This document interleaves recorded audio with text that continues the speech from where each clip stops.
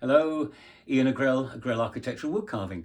Um, Today I wanted to show you a piece of moulding.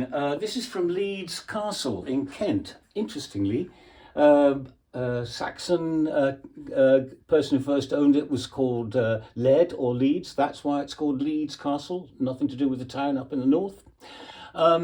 So this is a moulding that's taken from the library that I photographed in the library of Leeds Castle in Kent.